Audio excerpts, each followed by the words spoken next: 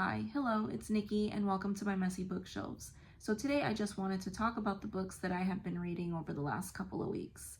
It has been a very slow reading month for me this month so far, and I think that's partially because work has been very crazy.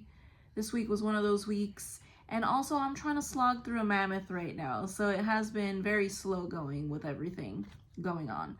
But the first book that I completed was Atomic Habits, and that was an audiobook, a re-listen for me, and for the moment the author's name escapes me, but I think everybody knows Atomic Habits. And that one, I just felt a good self-help book.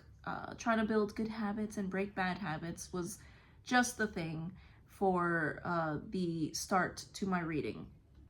The next book that I completed was The Daughter of the Moon Goddess by Su Lin Tan.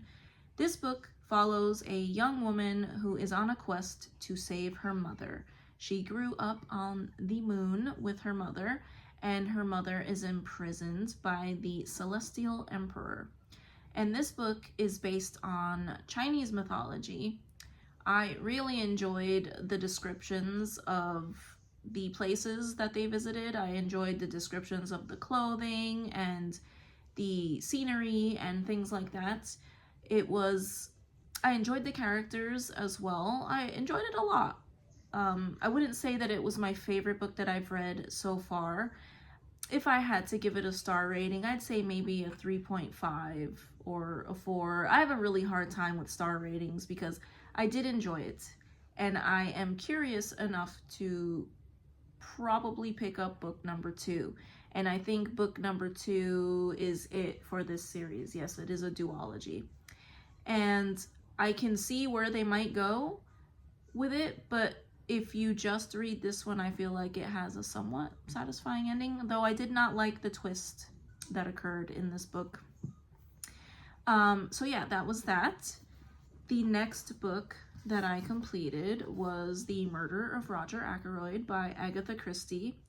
And this is one of her more famous works, but it's one that I haven't read in several years. So this is a reread for me, but I tend to return to her books after not having read them for several years, and I always discover something new, some clue that I did not see the first time. So yes, I knew who whodunit was. I knew who done it, but there were clues that I picked up on this time around that I had not noticed before. Very enjoyable. I know exactly why, and if you've read this, you know why it is one of her most famous works. But definitely enjoyed that. Nice cozy read. And then the last thing that I completed was The Wager by David Grann.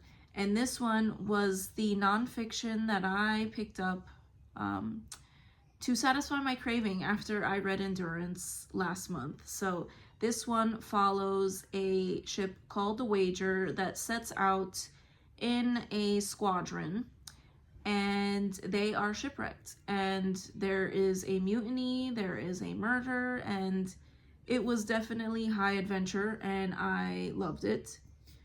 So not exactly the same type of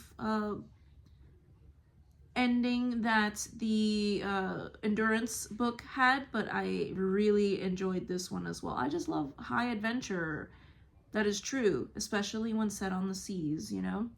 So highly recommend this one. I actually did this one in a combination of audio and reading the book, and it was perfect. So probably my favorite thing that I've read so far this month that I've completed, if not for The Murder of Roger Ackroyd.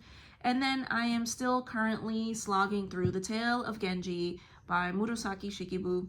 And this one is very slow going, but I am still at it. I am past 300 pages now, so we're going for it. But I think this is one that's probably gonna take me the rest of the summer to get through. But yeah, that is it for everything that I read and I am reading. Right now am sitting here trying to figure out what to pick up next, and it'll probably be something historical fiction. But I thank you so much if you made it to the end of this video, and I hope to see you in the next one. Bye.